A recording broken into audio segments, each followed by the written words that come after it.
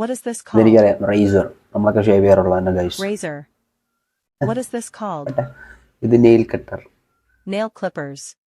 Clip What is ചെയ്യാൻ this വേണ്ടി. called? ഇത് ഇയർബഡ്. നമുക്കറിയാം കേട്ടോ. Q-tips. What is this called? അതെന്താണ് ഗൈസ്? Tweezers. ഇതെന്തോന്ന് നെയിൽ ക്ലിപ്പാ?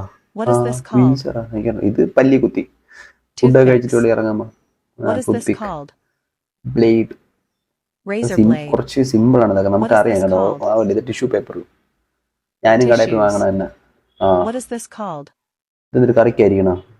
Nail file. കൈ What is nail this ഫയലാക്കി called? വെക്കണം. ഓക്കെ, ഇത് പല്ലി കുത്തിയുടെ വേറെ ഭാഷ. Dental റെഡ് കുത്തി. floss. ഇല്ല. What is this called?